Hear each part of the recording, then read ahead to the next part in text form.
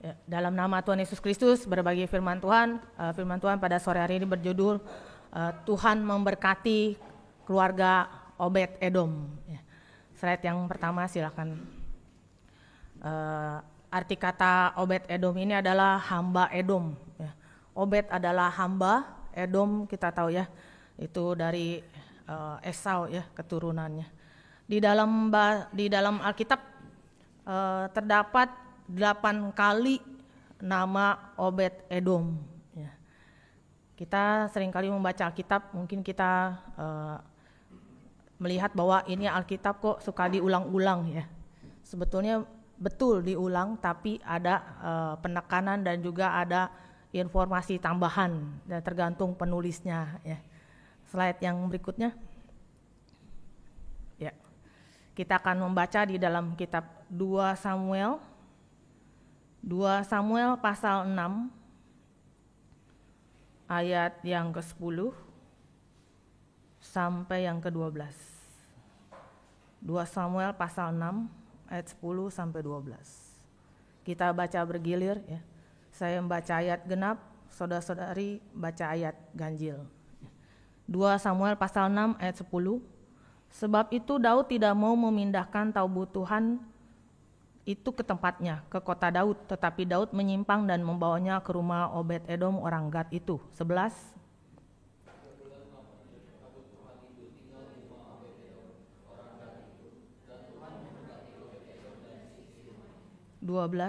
Diberitahukanlah kepada Raja Daud demikian, Tuhan memberkati seisi rumah Obed Edom dan segala yang ada padanya oleh karena tabut Allah itu. Lalu Daud pergi dan mengangkut tabut Allah itu dari rumah Obed Edom ke kota Daud dengan sukacita. Ketika kita sering beberapa minggu ini sering mendengar firman Tuhan tentang tabut Allah ya. Pada saat itu saya juga ikut mencari tahu lah ya. Karena apa? Ketika kita membaca rasanya kok ini kurang nyambung ya. Betul Bapak Ibu ya. Kalau kita ada yang pakai handphone dan Alkitab fisik juga boleh dilihat ya. Di situ ada 2 Samuel pasal 6 ayat 1 ya. Di situ ada ayat-ayat penunjang ya. Boleh Bapak Ibu lihat ya di HP-nya. 2 Samuel pasal 6 ayat 1, di atasnya itu kan ada judul perikop ya. Tabut dipindahkan ke Yerusalem, lalu di bawahnya itu ada ayat ya. 1 Tawari 13 ayat 5 sampai 14, betul ya. Lalu 1 Tawari 15 ayat 25 sampai 16 ayat 3 ya.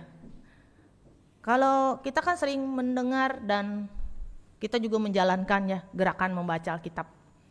Ini adalah apabila kita membaca Alkitab, cara next levelnya adalah seperti ini. Ya, biasanya kita baca tuh per perikop atau per pasal ya. Next levelnya adalah ini ya. Kita sudah percaya Tuhan sudah cukup lama ya. Kita perlu next level lah ya. Kalau orang bilang kan next level tuh berarti level yang lebih tinggi ya. Kita boleh klik ayat yang tadi, 1 Tawari tadi pasal 13 ayat 15 ya. Atau kalau Bapak Ibu di rumah ada Alkitab yang lebih next level ya. Yang dalam arti ada konkordansinya di tengah. Jadi kan kalau Alkitab 2 baris ya. 2 baris, itu di tengahnya banyak ayat kecil-kecil. Nah itu apabila Bapak Ibu saudara-saudari ingin membaca Alkitab lebih lanjut lagi, itu akan sangat membantu ya. Jadi kita jadi tahu nih alur ceritanya seperti ini ya. Karena ketika kita membaca 1 Samuel aja itu kayak diulang lagi, cerita ini tuh diulang lagi ya. Sama seperti membaca kitab sinoptik, yaitu Matius, Markus, Lukas ya. Sebenarnya Yohanes tidak, tapi suka dimasukkan ya. Itu kan diulang-ulang ya. Tuhan Yesus disalib, di sini ada, di situ tidak ada, tapi di kitab Lukas lebih jelas. Membaca 1 dan 2 Samuel, 1 dan 2 Tawari demikian, Bapak Ibu, saudara-saudari. Ya. Jadi bacanya seperti itu. Tidak berarti satu perikop, satu pasal itu semua nyambung, enggak. Ya. Ada yang dia skip ke tahun berikutnya. Dan itulah yang ada beberapa saudari waktu itu menanyakan pada saya ya. Ini sebetulnya tahun berapa ya? Ya saya mencoba mencari tahu ya. Mungkin ini bisa menjawab ya. Lalu kembali lagi kepada orang yang bernama Obed-Edom. Tadi dikatakan ada 8 kali tercatat nama ini. Ketika kita membaca ayat 11 tadi ya, 2 Samuel pasal 6 ayat 11, kalau di Alkitab yang di HP itu ada bintang ya, yaitu pada ayat Tuhan memberkati Edom dan seisi rumahnya, ada bintang. Begitu diklik ya, itu 1 Tawarik 26, bukan ya. Itu Obed-Edom yang lain. Awalnya saya membaca, saya klik itu karena setiap ada bintang itu ada sesuatu informasi, catatan tambahan yang menjelaskan. Tapi baru kali ini selama saya membaca Alkitab, baru kali ini saya membacanya tuh waktu itu saudara Ivan yang berkhotbah ya, saya lupa dia bulan apa ya. Jadi saya udah membacanya berkali-kali lah. Saya cari-cari tahu. Begitu klik tadi 1 Tawarik 26 itu bukan Obed-Edom yang sama. Dan hasilnya pun saya mencari-cari tahu, hasilnya adalah ternyata ada 3 orang bernama Obed-Edom. Yang pertama tadi Obed-Edom yang kita baca tadi barusan, dia adalah orang Gad. Kalau Bapak Ibu punya HP, diketik aja orang Gad. Siapakah dia? Dia adalah Goliat, keturunannya. Ya. Jadi apa? Obed-Edom yang di sini orang Gad, bukan orang Israel. Tapi bisa jadi, ya, nanti kita akan lihat ya, bisa jadi dia itu karena tinggalnya mulai deket ke Yerusalem, tapi dia orang Gad. Ya, kalau kita baca lagi 1 Tawarik 15, ya. Kita buka ya, 1 Tawarik pasal 15 ayat 18.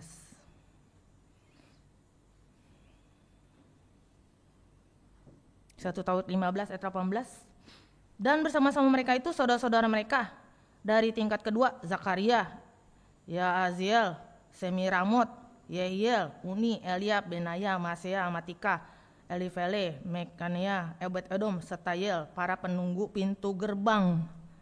Ini lain lagi karena ada adalah bin Yedutun. Yedutun ini ada kelompok pemain musik penjaga pintu. Jadi dia bukan orang Gad. Obed-Edom ini adalah bin Yedutun, bapak leluhur dari salah satu keluarga penunggu pintu gerbang. Pintu gerbang mana ya? Pintu gerbang untuk menjaga Yerusalem atau Bait Allah. Ya, sebab nanti ada pemain musiknya yang berikutnya adalah Obed-Edom yang keluarga penyanyi dan para pemain musik, yaitu Bani Asaf. Ini adalah Obed-Edom yang ketiga. Jadi ya, Obed-Edom ada 3. Yang Bani Asaf ini keturunan Gersom, suku Lewi. Jadi di dalam bahasa asli pun 2 Samuel pasal 6 ayat 11 tidak ada bintang itu. Karena bintang itu sudah masuk ke Obed-Edom yang lain. Tapi karena ada kata memberkati, ya, dalam bahasa asli memberkati adalah barak, ya, bukan barak ranjang susun, bukan ya. Oh, kita suka dengar El Mubarak, ya, Id Mubarak, ya, itu adalah berkah, berkat. Sebenarnya bahasa aslinya adalah berlutut dalam posisi berdoa. Ya, kadang kita suka lihat di gambar-gambar Kristen ada anak kecil sedang berlutut berdoa, itu adalah memberkati atau berlutut ya. Jadi ini adalah sedikit penjelasan dari Obed-Edom. Slide selanjutnya. Yang hari ini akan dibahas adalah yang 2 Samuel pasal 6 ayat 10 sampai 11 tadi. Slide berikutnya. Ya, inilah yang akan kita bahas ya. Obed-Edom orang Gad. Di sini kalau kita lihat ya Bapak Ibu, meskipun ini ayatnya singkat ya dan diulang ya, yang saya highlight itu warna kuning, bahwa tidak ada perubahan yang signifikan seperti yang terjadi dalam kitab sinoptik. Kitab sinoptik itu adalah Matius, Markus, Lukas. Itu suka ada perubahan yang cukup besar ya, apalagi di Lukas dia lebih lengkap. Karena dia seorang dokter mungkin lebih teliti ya mencatatnya. Kadang di Markus tidak ada, di Lukas lebih banyak. Tapi kalau kita lihat di sini, Obed-Edom orang Gad, baik di 2 Samuel pasal 6 dan 1 Taurat 13, itu sama. Ya, lalu 2 Samuel 11, 1 Taurat 13, 14, kita bisa lihat 3 bulan lama itu sama banget. Cuman bedanya di 1 Taurat apa? Tuhan memberkati keluarga Edom, Obed-Edom dari segala yang dipunyainya. Kalau 2 Samuel pasal 6, Tuhan memberkati Obed-Edom dan seisi rumahnya. Lalu 2 Samuel pasal 16 diulang lagi. Ya. Mirip, tanpa ada perubahan yang cukup signifikan. Dalam arti apa? Pencatatannya jelas, singkat, dan padat. Ketika saya membaca ini, berarti apa? Tidak ada kesalahan. Berarti apa? Betul, Obed-Edom orang Gad. Bukan keturunan dari Yedutun atau bin Asaf orang Lewi. Jelas ya. Karena apa? Ketika kita membaca bisa keliru tuh di dalam kecampur. Itu pun saya alami. Saya agak tersesat di dalam. Kenapa? Begitu masuk Obed-Edom itu masuk ke keluarga yang penunggu pintu tadi. Dan kalau Bapak Ibu punya waktu search di internet, itu juga banyak para teolog tuh tersesat di dalam. Saya waktu itu membaca cukup banyak ya. Dan saya dengar juga ada beberapa pendeta kita yang khotbah itu. Itu juga dia masuknya ke pintu gerbang, penjaga pintu gerbang. Pada itu adalah bin Yedutun. Lalu slide berikutnya. Ya, inilah orang Gad itu adalah letaknya di sini ya. Saya lupa bawa itu highlight ya. Kalau Bapak Ibu lihat Gad itu di tengah ya, di bawah Ekron ya. Dan Yerusalem agak ke seberang ya. Nah inilah mengapa dikatakan ya, Obed-Edom ini apakah dia orang Gad Filistin atau dia orang Israel? Ada para teolog berkata ya, mungkin dia sudah mulai ikut Tuhan ya. Ikut-ikut orang Israel, jadi dia bisa dikatakan dia kenapa bisa dititipkan ya tabut Allah dari rumah Abinadab ke rumahnya. Ya. Kita akan baca lagi tadi 2 Samuel pasal 6 ayat yang ke-10. 2 Samuel pasal 6 ayat ke-10. Sebab itu Daud tidak mau memindahkan tabut Tuhan itu ke tempatnya, ke kota Daud. Tetapi Daud menyimpang dan membawanya ke rumah Obed-Edom, orang Gad itu. Tidak tahu ya, apakah kenal dengan Obed-Edom, Daud kenal, tiba-tiba nyimpang ke rumahnya, kita nggak tahu. Atau karena habis tragedi ya, boleh dikatakan, peristiwa terjadi dari rumah Abinadab, tabut Allah, terjadilah Usa mati di sana. Lewat rumah situ dititip, tidak tahu seperti apa ya. Yang pasti dikatakan Daud menyimpang dan membawanya ke rumah Obed-Edom orang Gad itu. Jelas ya. Lalu kita akan melihat di dalam ayat yang ke-11. 3 bulan lamanya tabut Allah itu tinggal di rumah Obed-Edom orang Gad itu. Dan Tuhan memberkati Obed-Edom dan seisi rumahnya. Jarak waktunya 3 bulan saja. Ya. Kita akan melihat 1 Samuel pasal yang ke-7. 1 Samuel pasal yang ke-7 ayat 1.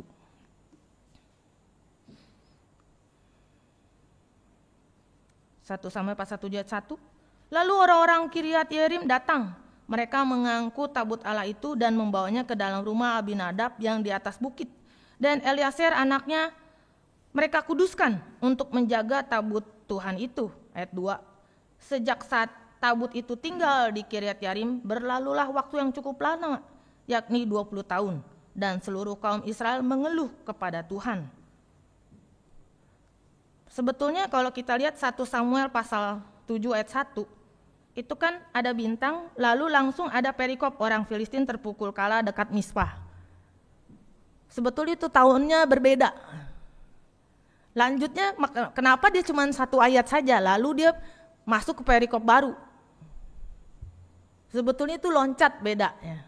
Akan tapi karena Alkitab mencatat sejak tabut itu tinggal di Kiryat Yearim berlalulah waktu cukup lama, yakni 20 tahun.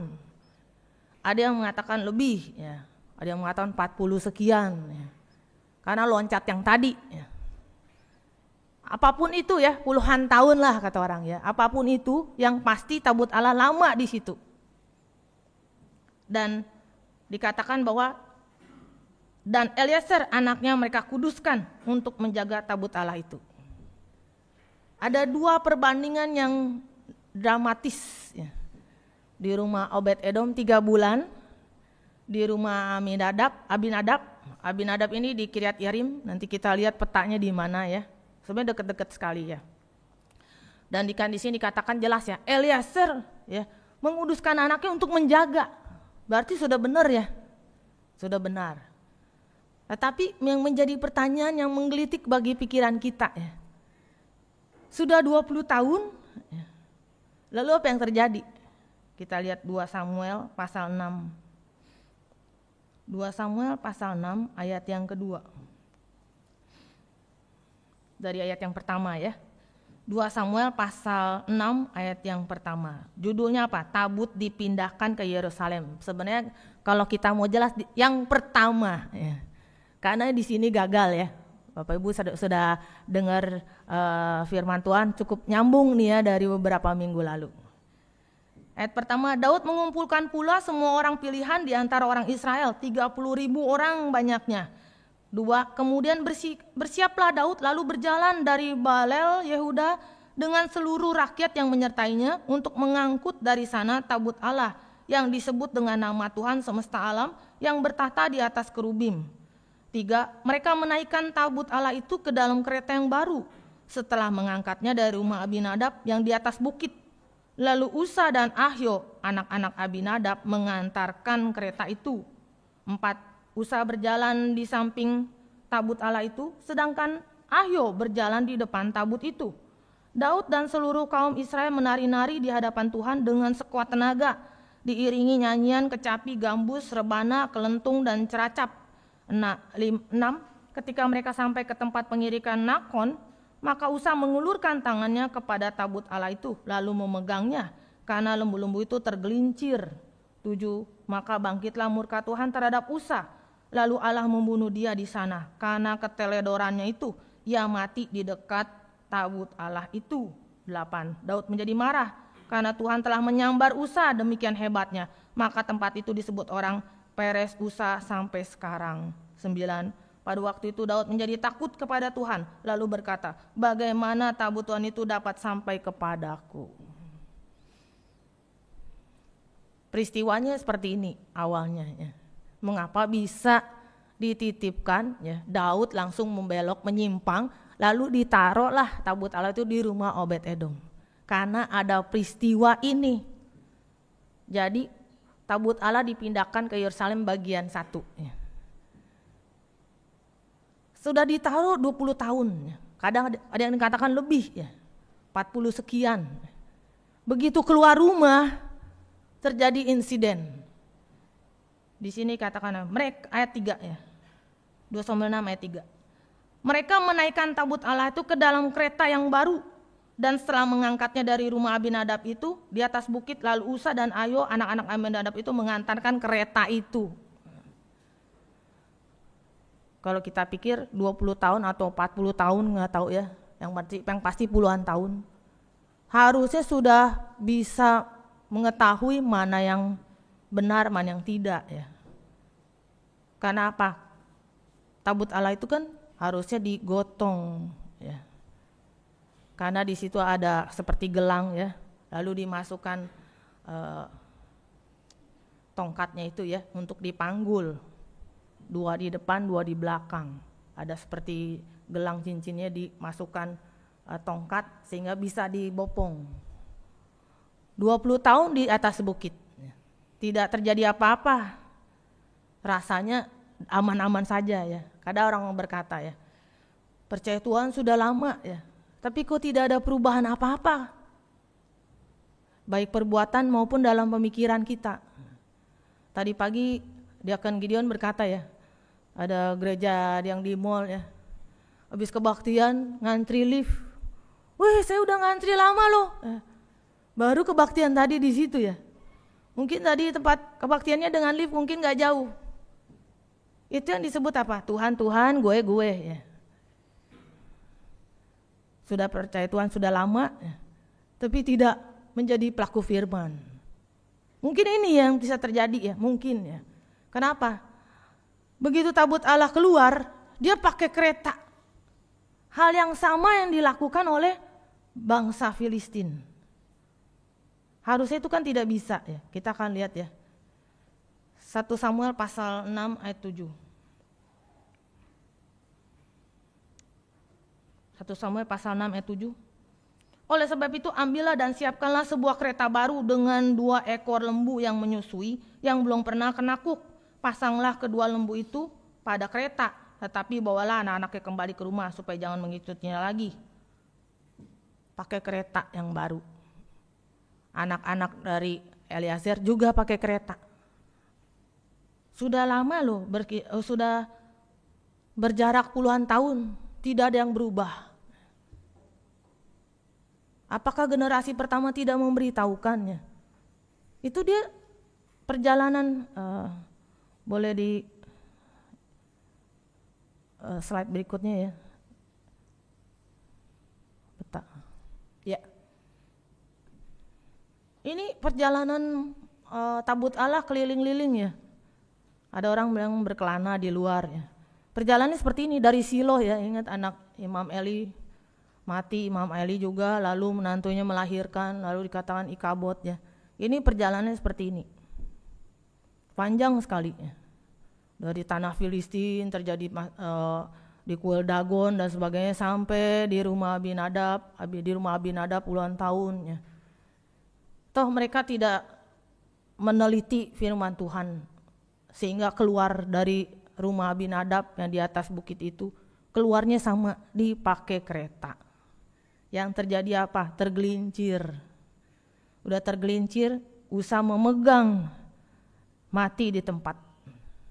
Tuhan marah, Daud takut. Bagaimana ini bisa sampai di tempatku?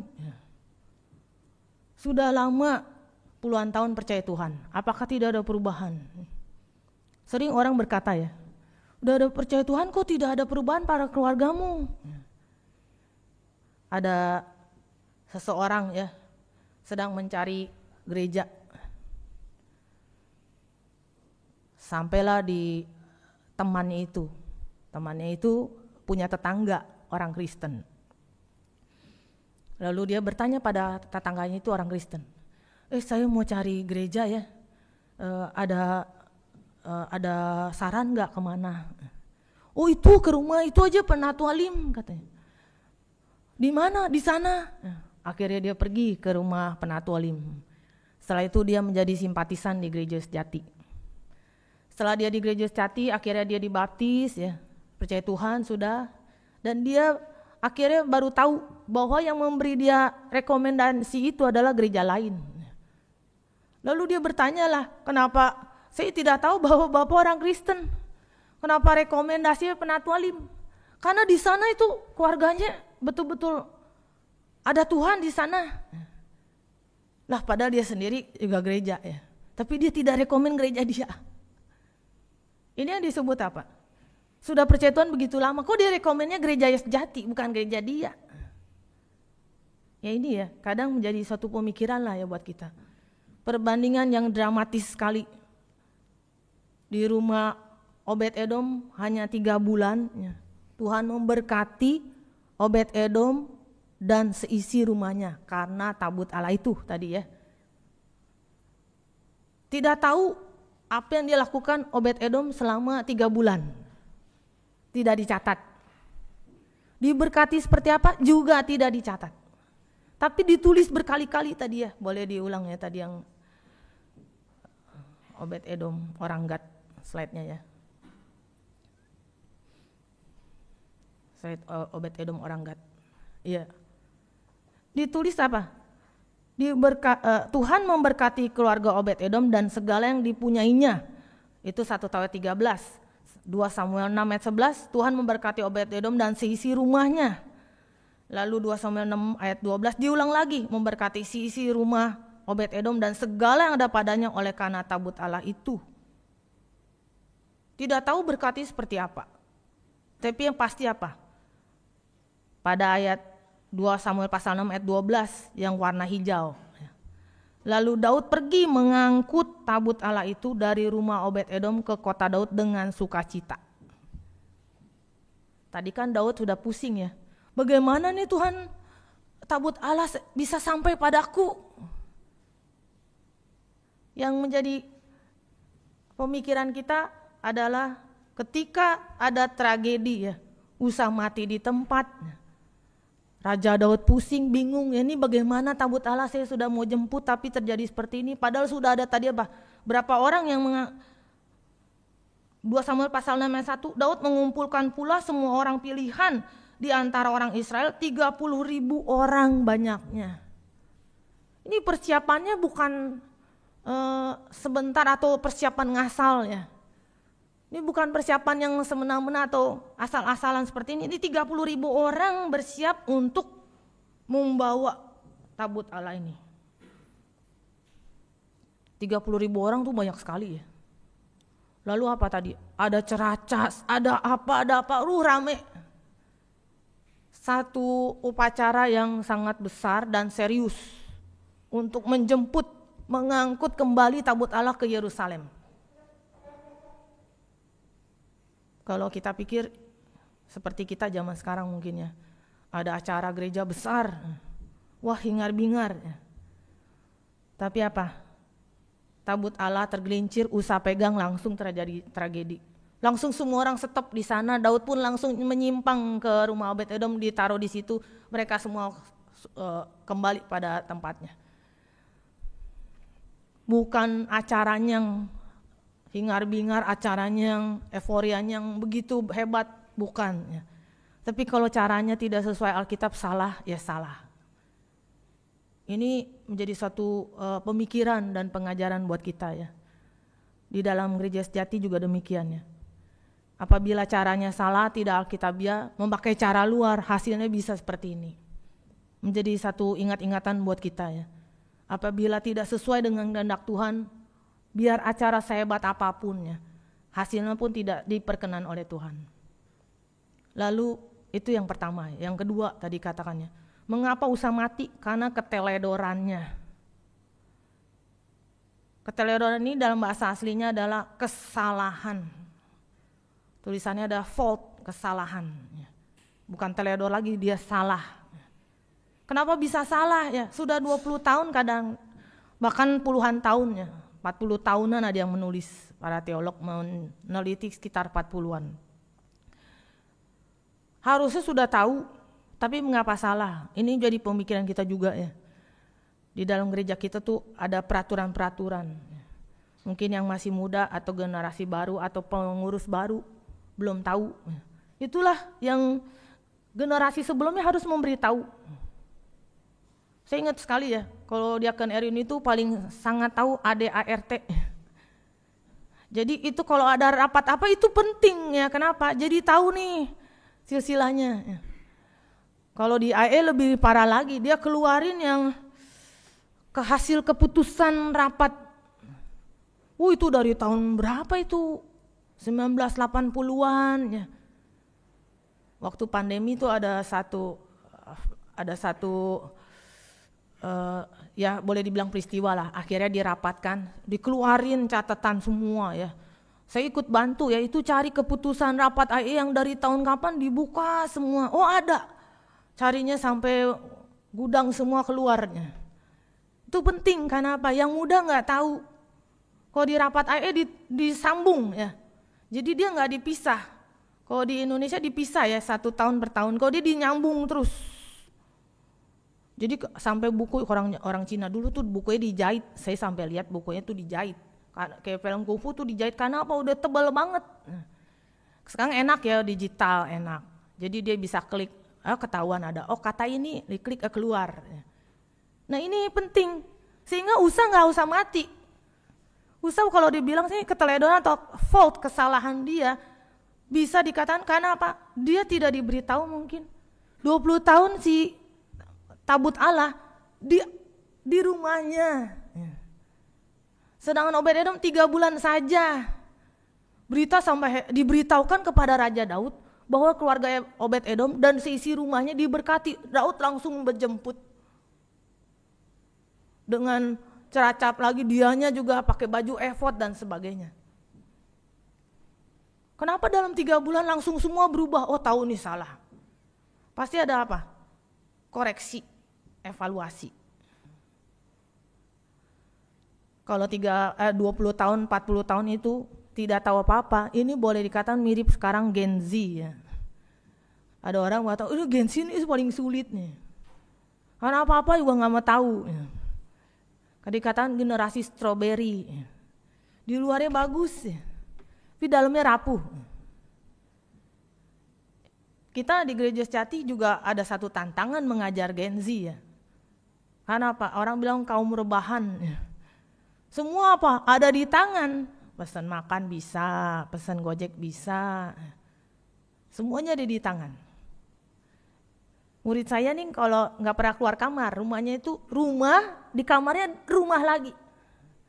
Jadi di dalam rumah ada rumah kecil buat dia, semuanya ada. Kalau mau kemana-mana dulu kan kalau kita mencet bel ya. Sekarang kan nggak usah tinggal HP. Dia pencet HP, mbaknya datang ambil minum. Ya. Begitu, itu Gen Z. Ya. Semua mudah. Sehingga apa? Ketika dia bekerja, sebenarnya ada videonya, cuman kemarin udah kehapusnya. Ditampilkan generasi tahun 80-an, 80-an, 90-an, 2000 sampai itu perbedaan manusia itu beda. Ketika dia menghadapi masalah itu susah. Dia susah untuk bangkit. Karena apa? Ketidaktahuan. Tidak mau tahu, tidak mau pusing.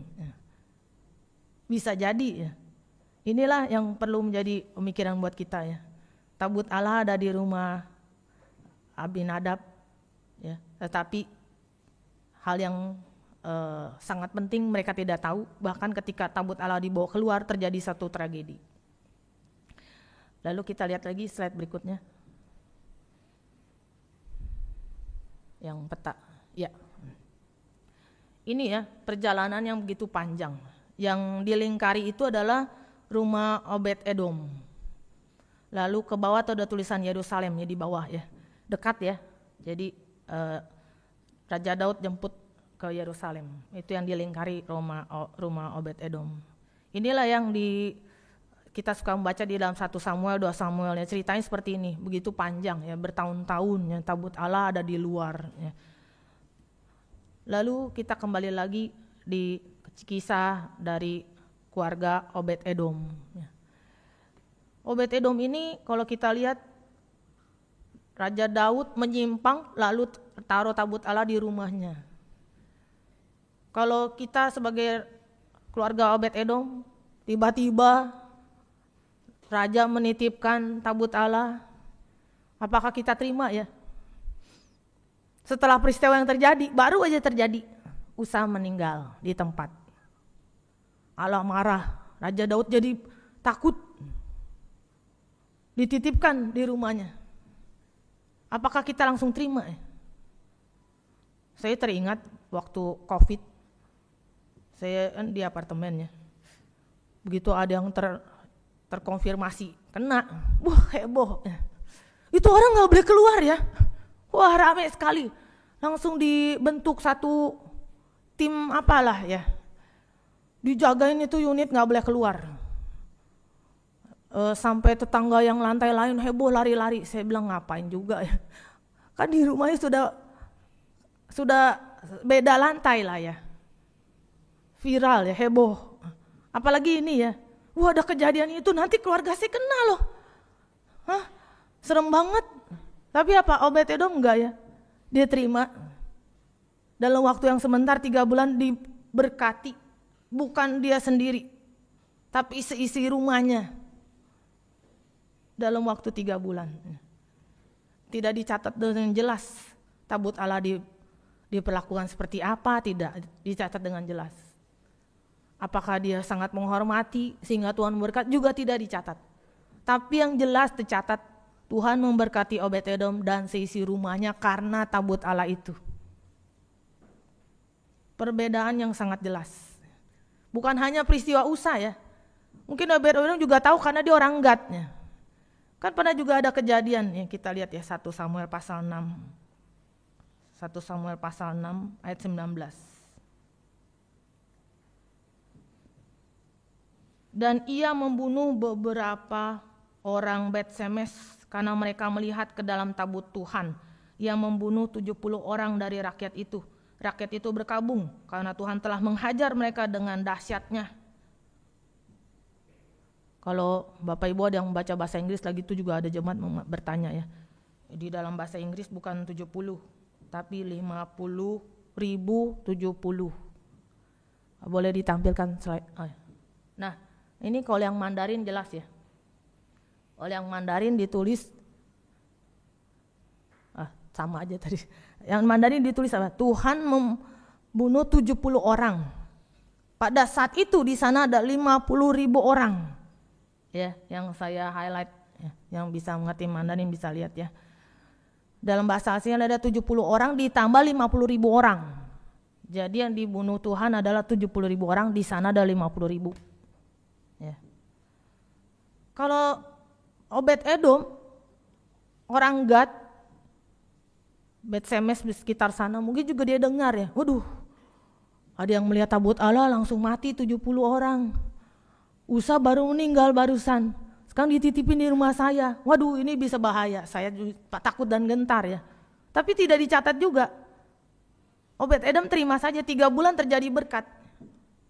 Nah ini yang menjadi pemikiran buat kita. Sekeluarga diberkati. Kadang orang tidak mudah ya, bisa sekeluarga semua-muanya diberkati, itu tidak mudah loh. Buat keluarga saya sendiri aja ya, kami ada berlima, saya paling kecil. Nggak semua-muanya 5 setiap tahun bisa berkat itu luar biasa, nggak semua-muanya gitu ya. Mungkin bergilir, atau yang 3, atau yang 2, ada yang 4. Pasti ada 1 atau 2 yang belum ya. Tapi ini kan semuanya, dia dan sisi rumahnya. Ini sesuatu hal yang sangat luar biasa ya. Bisa diberkati Tuhan sangat luar biasa. Kenapa? Berkat Tuhan itu bukan hanya melulu soal harta ya. Tapi bisa dengan kesehatan.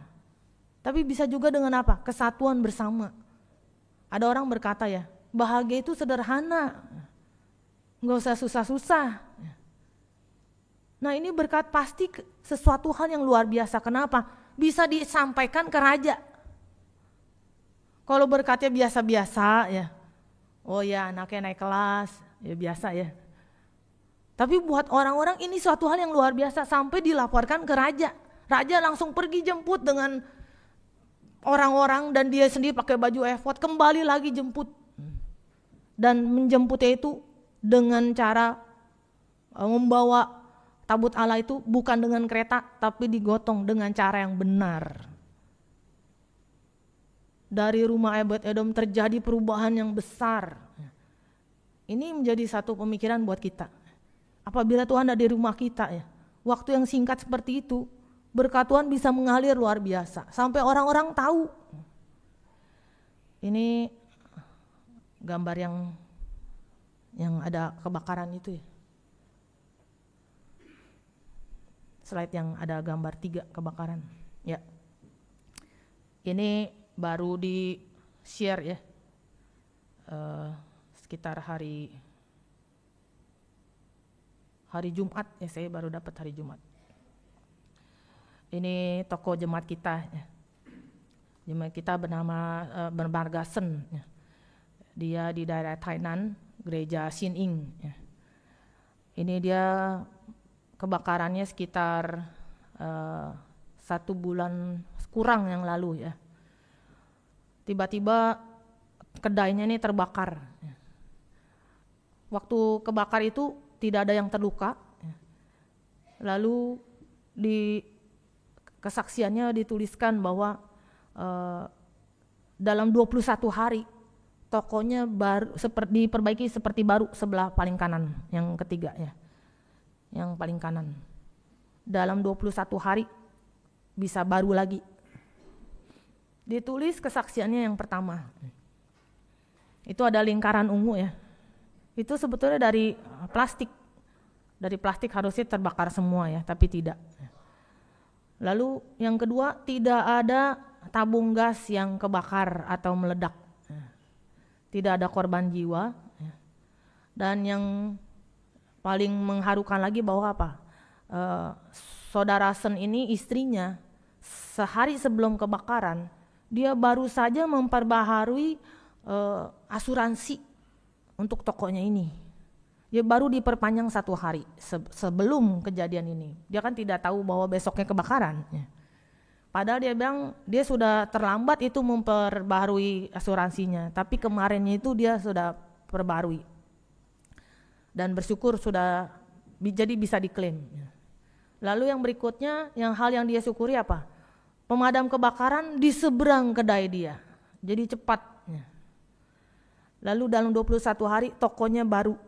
Maka dari itu ditulis di sana ya. Tulisannya haleluya. Itu di dapur dia. Ini sampai rame begitu saya lihat ya. Wah, yang baca ya sampai udah 500-an. Berita tersebar ya, begitu cepatnya, dalam hitungan menit. Seperti keluarga Obed-Edom. 3 bulan diberkati Tuhan sampai tersebar beritanya. Raja Daud sampai tahu, karena diberitakan. Lalu dijemputlah tabut Allah dengan cara yang benar. Akhirnya apa ditulis? Daud dan orang-orang Israel sukacita. Jadi kalau kita lihat di sini, berkat Tuhan dimulai dari keluarga. Itu suatu titik poin awal negara bisa diselamatkan. Ada quote ya, ada satu quote, menyelamatkan satu keluarga itu menyelamatkan satu kampung. Benar ya, dari keluarga Obed-Edom suatu awal sehingga Raja Daud membawa kembali tabut Allah ke Yerusalem. Dan rakyat semua bisa mendapatkan berkat dari Tuhan. Bukan dari rumah Obed-Edom sendiri. Tapi dimulai dari keluarga dia. Raja Daud begitu rindu membawa pulang tabut Allah ke Yerusalem. Akhirnya bisa terjadi. Meskipun tidak dicatat dengan jelas, tapi jelas Tuhan memberkati. Akhirnya apa? Raja Daud bisa membawa tabut Allah dengan sukacita. Bangsa Israel juga ikut bersukacita. Raja Daud memberikan korban persembahan begitu banyak kepada Tuhan, sehingga apa? Bangsa Israel juga mendapatkan hasil dari korban bakaran. 2 Samuel pasal 6 ayat 18 sampai 19. Inilah ya, bila caranya benar, bukan hanya keluarga yang diselamatkan, tapi seluruh bangsa Israel. Mengapa kita di dalam gereja kita setiap Sabat datang ke kebaktiannya? Karena apa? Mendapatkan nutrisi rohani sehingga kita bisa bertumbuh dan berkembang secara rohani. Tuhan memberkati kita, keluarga kita, gereja kita, dan satu negara. Silakan yang video singkatnya, yang family itu, yang bukan, yang family never end.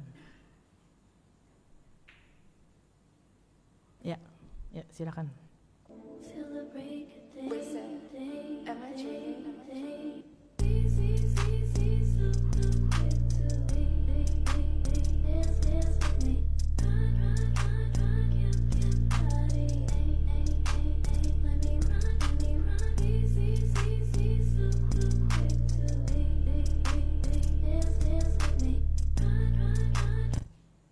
Ya, kalau boyfriend, girlfriend bisa end ya. Tapi kalau family dikatakan terakhirnya ILY ya, I love you. Ya. Ini hasilnya adalah kasih dari keluarga Obed-Edom dan seisi rumah dan bahkan satu bangsa bisa diselamatkan. Kalau di iman kerohanian kita bisa demikian, semuanya bisa diselamatkan. Kenapa? Karena ada Tuhan di dalam. Ya. Terakhir ada kesaksian saudari kita. Ya. Ini juga di gereja Alvan cukup heboh ya waktu itu ya. Kenapa? Saudari Cindy ini kesaksiannya sungguh membuat satu gereja tuh mendoakan dia terus ya. Dia mempunyai seorang putra ya, sekarang udah 2 ya. Putra ini sejak lahir tuh ada masalah di mata, kurang bisa dibesarkan ya, kalau yang bagi nggak kelihatan. Itu di matanya awalnya tuh ada tumor ya. Tumornya makin lama makin besar dan membuat mata itu tidak bisa melihat dengan jelas, sampai akhirnya pun satu mata itu betul-betul nggak bisa lihat. Dia tuh berobat terus sampai udah nggak tahu deh ya. Mamanya ini minta orang gereja doakan terus ya. Karena setiap ke dokter cuman kasih opsi 3 katanya. Yang pertama buang matanya, yang kedua buang matanya, ya. Yang ketiga suruh dilakukan kemoterapi. Tapi ujungnya kalau nggak berhasil dibuang matanya. Jadi dia stres ya, sangat terpukul sekali kok dokter memberikan satu solusi hanya itu. Tapi dia tetap berjuang ya untuk berdoa. Dia katakan dia sendiri generasi ketiga ya. Walaupun dia dalam hidup dia belum pernah mengalami permasalahan yang begitu berat, sampai sekarang dia punya anak baru tahu ya. Pengobatannya tidak mudah dan tidak murah. Tapi saudara kita tetap terus berdoa agar Tuhan tolong ya. Sampai akhirnya ada satu cara yang dokter lain, dia ada ke beberapa dokter lain itu memberikan satu opsi buat dia ya. Yaitu opsinya apa? Memasukkan obat dari cara betis, seperti masukin kateter ya. Obatnya itu dimasukin sehingga masuk ke mata ya. Tapi itu katanya itu baru hanya, itu belum resmi. Itu hanya pengobatan opsional yang belum diresmikan oleh kedokteran sana. Ini Irvine di US ya. Jadi boleh dibilang itu masih percobaan ya. Tapi saudara ini mau mencoba. Karena apa? Dia tidak mau matanya dibuang ya. Dia merasa bahwa mata anaknya itu indah sekali. Jadi dia nggak mau sampai anaknya matanya itu dibuang. Kalau dibuang berarti kan ketutup satu ya. Akhirnya dia coba.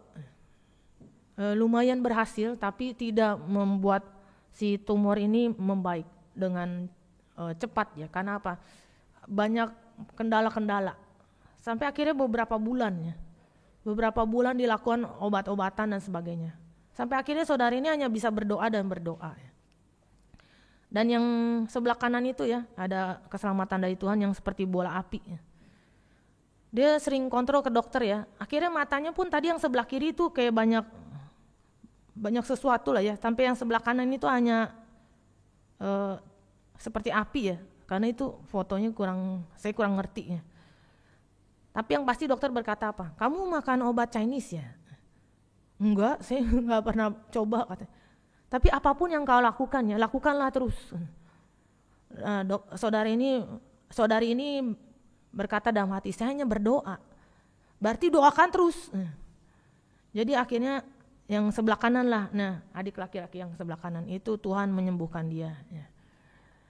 Waktu mengadakan pengobatannya itu tekanan mata dia tuh nggak boleh tinggi. Ada anak-anak lain yang mengalami hal sama seperti anak dia, itu glaukomanya naik terus, jadi mau nggak mau matanya harus dibuang. Ya. Sedangkan anak ini glaukomnya tidak pernah sampai tekanannya sampai tinggi, jadi akhirnya pun dia bisa melewati itu. Jadi waktu dia obatnya dimasukkan itu 5 jam si kaki itu harus lebih tinggi daripada kepala. Ya. 5 jam untuk anak kecil. Itu nggak boleh goyang, kaki nggak boleh digerakkan, sehingga itu akan mempengaruhi aliran obatnya. Tapi masa-masa itu telah berlalu ya, Tuhan menyembuhkan. Jadi ini satu berita yang sukacita. Tuhan memberkati keluarganya sehingga anaknya sembuh.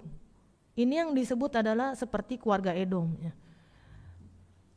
Di mana keluarga diberkati Tuhan, orang-orang jadi tahu sehingga orang memuliakan Tuhan. Inilah yang menjadi satu pemikiran buat kita. Kita akan lihat dalam Yosua pasal 24.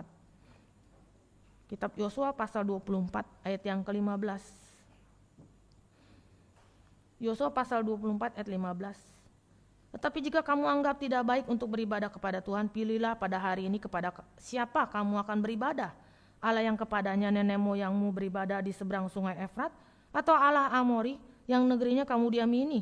Tetapi aku dan seisi rumahku, kami akan beribadah kepada Tuhan. Ini Yosua berkata ya, aku dan seisi rumahku. Boleh dikatakan sama seperti Obed-Edom dan seisi rumahnya. Cornelius juga demikian, dia dan keluarganya. Oleh sebab itu hari ini kita juga ya, di awal tahun 2025 ini kita mau seisi keluarga kita. Bukan hanya kita, tapi seisi keluarga kita semua diberkati Tuhan. Baik secara kesehatan maupun dalam kehidupan kita sehari-hari. Ya. Sehingga nama Tuhan dipermuliakan. Amin.